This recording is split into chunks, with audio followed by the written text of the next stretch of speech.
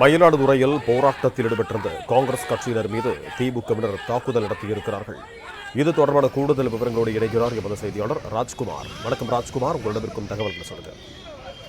வணக்கம்.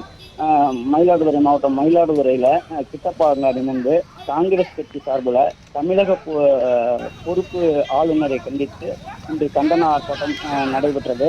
மாவட்ட தலைவர் காங்கிரஸ் கட்சி மாவட்ட தலைவர் பானுசேகர் தலைமையில் நடைபெற்ற ஆர்ப்பாட்டத்தில் அறுதி பெரும்பான்மை, அதாவது தமிழக வெற்றி கழக தலைவர் விஜய் தாவேக கட்சி அறுதி பெரும்பான்மை பெற்றோம். தாவேக தலைவர் விஜய் ஆட்சி அமைக்க காங்கிரஸ் அழைக்காத ஆளுநரை கண்டித்தோம் ஆர்ப்பாட்டம் நடைபெற்றது. காங்கிரஸ் கட்சி தமிழக வெற்றி கழகத்திற்கு ஆதரவு அதாவது மயிலாடுதுறை சட்டமன்ற உறுப்பினர் உள்ளிட்ட 5 பேர் ஆதரவு தெரிவித்த நிலையில திமுகவினர் கடுமையான கண்டனம் தெரிவித்திருந்தனர். இந்த நிலையில தமிழக ஆளுநரை கண்டித்து இன்று நடைபெற்ற ஆர்ப்பாட்டம் நிறைவடைந்த நிலையில காங்கிரஸ் கட்சியினர் கலைந்து சென்றனர்.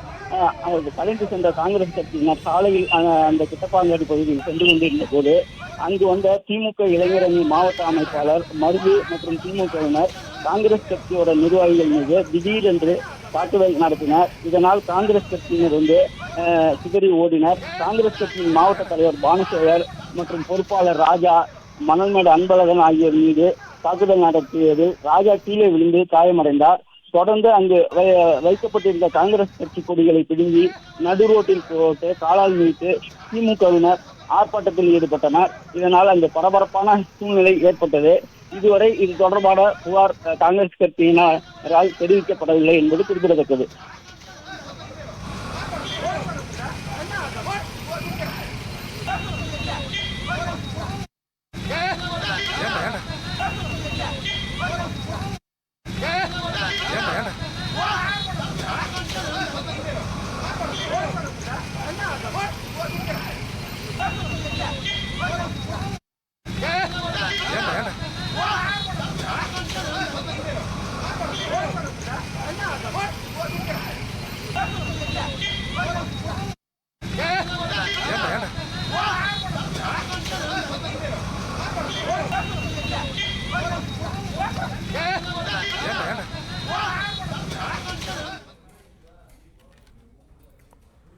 விளம்பர இடைவேளைக்கு பிறகு மேலும் பல செய்திகளை காணலாம். இணைந்திருங்கள் பாலிமர் நியூஸ் தொலைக்காட்சியுடன்.